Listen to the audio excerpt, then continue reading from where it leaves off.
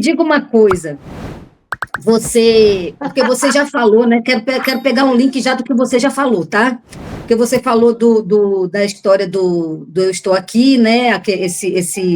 Esse cenário do Rio e que você estava lá, clandestino. Como é que foi, você, cearense, como é que foi sua saída de lá, do Ceará, né? Você é do Ceará, você é da onde, exatamente? Eu Diga para nós a sou. cidade.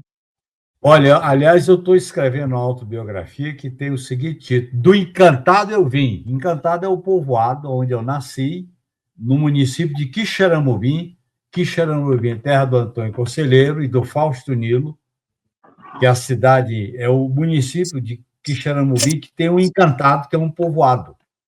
Eu sou do Encantado eu vim para Quixeramobim, para Fortaleza, e de Fortaleza para o mundo. Então é isso. E como é que foi sua saída? Como é que foi sua saída de lá? Você foi de lá direto para o Rio? Como é que foi sua saída? Não, a minha saída de lá foi uma narrativa histórica, porque eu fui estudar em Quixeramobim e Senador Pompeu, fui sacristão de um padre muito meu amigo para poder estudar, fiz o ginásio na época, né, que é chamar ginásio, aí não tinha colegial nem científico, que chamava na época, eu fui para Fortaleza estudar em Fortaleza. Cheguei em Fortaleza em 64, quando, nas vésperas do golpe, eu presenciei o golpe em 64 em Fortaleza, tá certo? E aí eu fiquei em Fortaleza até 68, quando veio o AI-5. Então, nesse período de 64 até 68, eu circulei muito no Nordeste. Tive contato com a experiência do Paulo Freire, de alfabetização, tive contato com o movimento de educação de base em Natal, tive contato com o movimento dos padres dominicanos, do Frei Tito, e fui me entrosando com aquela movimentação política até quando eu virei militante do PCdoB em 67, 68, e aí eu participei do Congresso de Biúna, do Congresso de Vinhedo, enfim. E aí, quando veio o AI-5, Xanda, eu tive que entrar na clandestinidade. Foi essa clandestinidade interessante, porque de Fortaleza eu fui para Recife.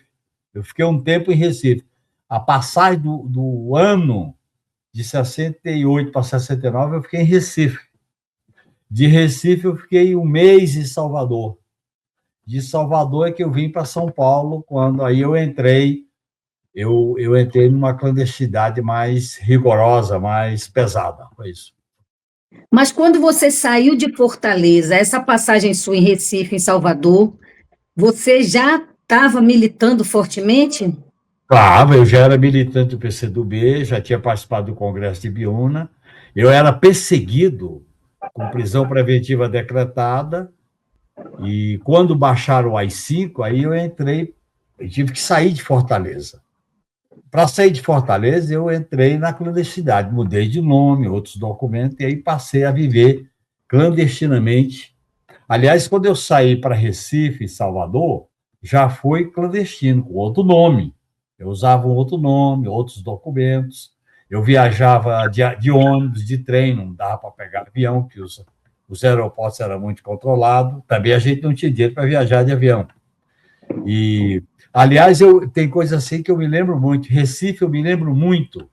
E isso me fez uma viagem, quando eu assisti o Agente Secreto, aquela ponte, aquele centro de Recife, né? Muito bonito, muito histórico, da época das ligas camponesas. Eu conheci muito o pessoal de Recife, do Dom Helder, Studênio, o período do Celso Furtado, quando eu estava iniciando a minha militância estudantil. E também Salvador, porque para mim vir para São Paulo, eu ficava quebrando roteiro, eu ficava cortando o roteiro para não ser seguido.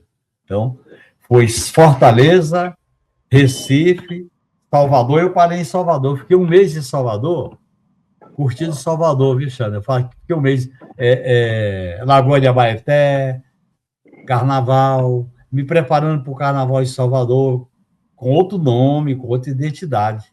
Quando foi no sábado, aí no sábado do Carnaval, fui chamado para vir para São Paulo. Aí eu vim clandestino para São Paulo de ônibus. No Mas sábado esse de carnaval. período que você ficou clandestino, você ficava em Aparelhos, morava em Aparelhos?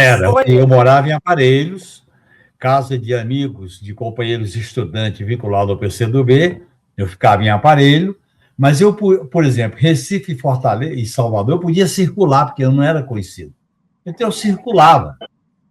Eu nunca esqueço que em Salvador, ali na Baixa do Sapateiro, naquele cinema que tem lá, eu assisti 2001, Odisseia no Espaço.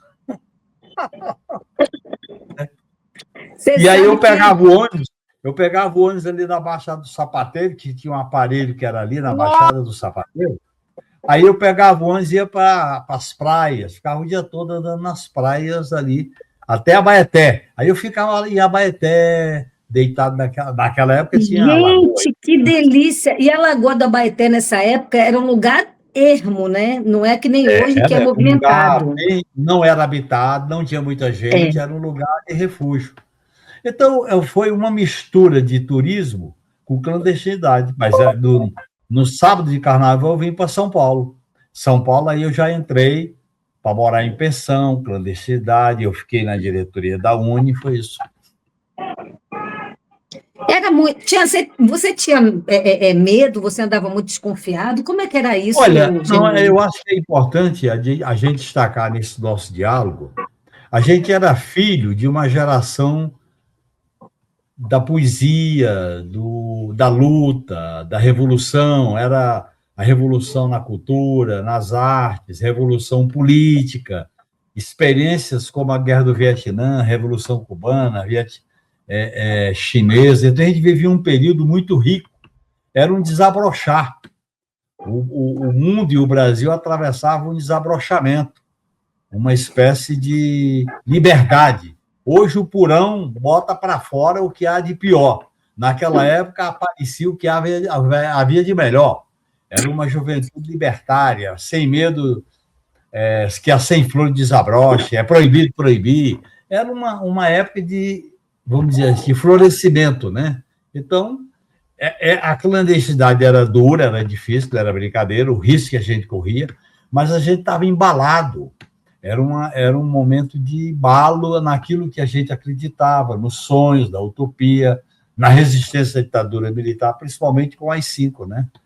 E aí eu morei aqui em São Paulo 1 ano e meio clandestino. Daqui eu fui para o Araguaia, enfim, aí fui preso, 5 anos na prisão, depois, etc, etc. Aí tem uma história relativamente marcada por esses fatos. E é importante, a gente viaja, né? A gente faz essas viagens. Aliás, a minha experiência está sendo muito rica, porque eu vou nesses lugares assistir esses filmes, tá certo? Como eu assisti na Mostra de Cinema aqui em São Paulo, Onestino Guimarães, tá certo? E a gente encontra pessoas da nossa geração, a gente cumprimenta, se abraça, enfim. Mas não é com saudosismo paralisante, é um saudosismo que nos ilumina para pensar o presente e o futuro, porque nós estamos vivendo uma era histórica catastrófica, caótica. Totalmente. O risco de guerra, uma extrema-direita que não tem limite. Ela não tem limite para nada. Qualquer coisa ela faz qualquer coisa. Não interessa se é mentira, se é narrativa, se é verdade, se é isso, aquilo outro. É o caos. É o medo, é o caos, é a vingança, é o ódio, é a violência e tal. Então, nós estamos vivendo um momento muito singular na nossa história. Aliás, eu costumo dizer que o Brasil tem grandes oportunidades. Olha bem, quem imaginava que os golpistas iam ser condenados e presos? Quem podia imaginar que a luta anti-imperialista contra os Estados Unidos ia alcançar esse destaque que está alcançando? Quem podia imaginar que a podridão do sistema financeiro ia aparecer com o caso do Banco Master? Quem podia imaginar que essa extrema-direita caótica, louca, que pratica absurdos, tenta normalizar o anormal, ia surgir com tanta força? Então, eu acho que nós estamos vivendo uma época histórica desafiante, cheio de encruzilhada. Então, a gente tem que viver bem, ficar com a cabeça no lugar, como eu gosto de dizer, estar com a cabeça fria e o coração quente, né? Fala galera da Folha TV, não se esquece de se inscrever aqui no nosso canal para assistir programas como Folha Notícias Manhã, Folha Notícias Noite, o nosso Folha Entrevista e o nosso Barzinho das Meninas. Muitas coisas bacanas a gente acompanha por aqui e a gente precisa muito, muito do apoio de vocês para nosso trabalho jornalístico, investigativo, de curadoria de conteúdo, com vocês ajudando no nosso Pix, folhademocrata@gmail.com, ou mandando superchats, valeu demais, e os recursos financeiros, tornando-se membro do nosso canal, no nosso curso de jornalismo básico, para você ficar muito bem informado a respeito de tudo. Queridos e queridas, muito obrigado pela presença de todos vocês. Vida longa e próspera. Cuidem-se, cuidem dos seus, e não esquece de se inscrever aqui na Folha TV. Até mais!